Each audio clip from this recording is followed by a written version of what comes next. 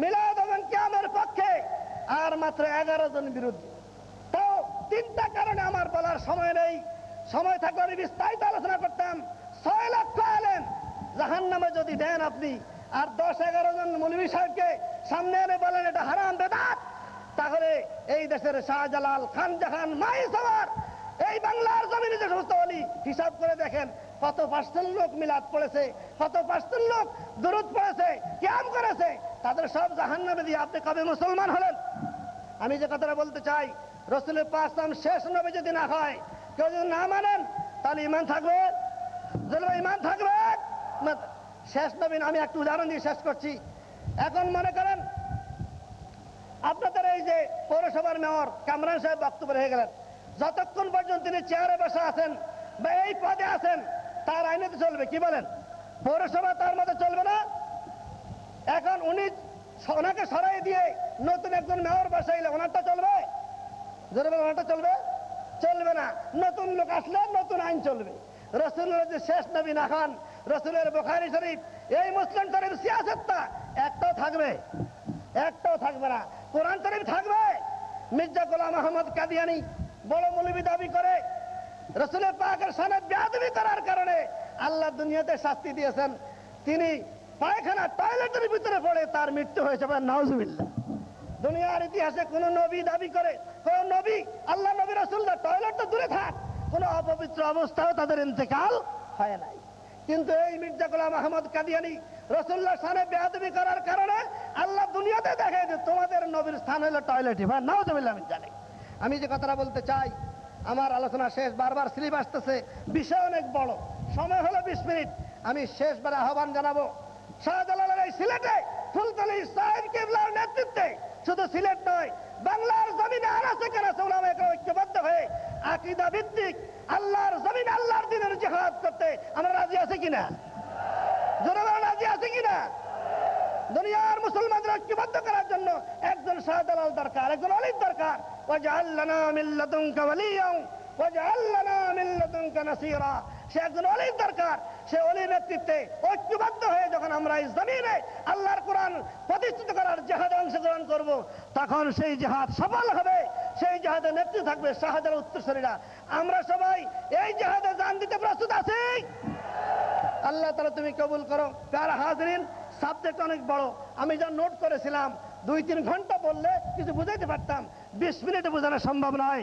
তারপরেও আমি যে কথাগুলি বললাম, হাসিল কালাম সংক্ষিপ্ত কথা হলো, রাসূলের পাক সাল্লাল্লাহু আলাইহি ওয়াসাল্লাম বেয়াদবি করে আপনি যত ইবাদত করেন, একটা কবুল হবে?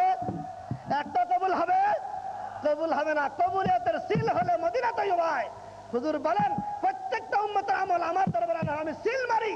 এই সিল যদি না পড়ে কোনো ইবাদত কবুল হবে না। এই জন্য আমরা সতর্ক হই। আমরা রাসূলের পাক সাল্লাল্লাহু আলাইহি ওয়াসাল্লামকে শেষ নবী, খাতামুন নবীন স্বীকার করে কিয়ামত পর্যন্ত নয়, হাসরের ময়দানে তারপরে জান্নাত পর্যন্ত রাসূলুল্লাহর নেতৃত্ব চলবে কি চলবে না? সেই নেতৃত্বের কন্ট্রোলে আল্লাহর ওলিদের সোহবত থেকে আমরা সেদিকে অগ্রসর হব। ওমা তৌফিক ইল্লা বিল্লাহ। আসসালামু আলাইকুম।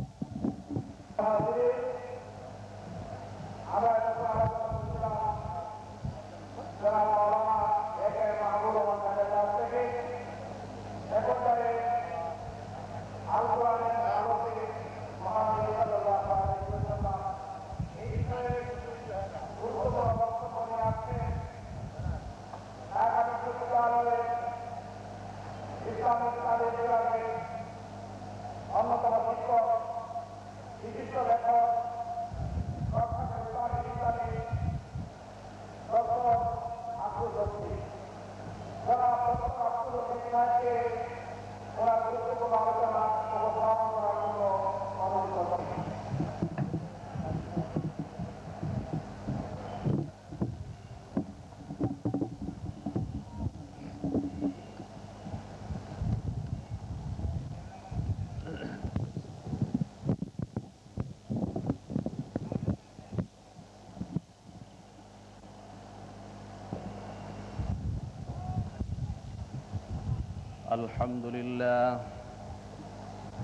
الحمد لله نحمده ونستعينه ونستغفره ونعوذ بالله من شرور أنفسنا أنفسنا من يهده الله فلا مضل له ومن يضلله فلا هادي له ونشهد أن لا إله إلا الله وحده لا شريك له ونشهد أن محمدا عبده ورسوله أرسله بالحق بشيرا ونذيرا وداعيا إلى الله بإذنه وسراجا منيرا فقد قال الله تعالى في القرآن الكريم بسم الله الرحمن الرحيم وما أرسلناك إلا رحمة للعالمين إن الله وملائكته يصلون على النبي يا أيها الذين آمنوا صلوا عليه وسلموا تسليما اللهم صل على سيدنا مولانا محمد وعلى آل سيدنا مولانا محمد اللهم صل على سيدنا مولانا محمد وعلى آل سيدنا مولانا محمد بلغ العلا بكماله كشف الدجى بجماله حسنت جميع خصاله صلوا عليه وآله عرش مكا بكماله ظلمت جہاں بجماله جانو جہاں بخصاله صلوا عليه وآله بلغ العلا بكماله كشف الدجى بجماله حسنت جميع خصاله صلوا عليه چڑھے فلک بکماله روشن ہوئے بجماله احسن ہوئے بخصاله صلوا عليه وآله بلغ العلا كماله كشف الدجى بجماله حسنت جميع خصاله صلوا عليه وآله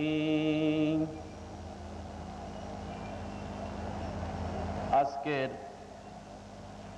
শানের সালাত এই মুআজ্জাজ মাহফিলের মুহতারাম সভাপতি আল্লামা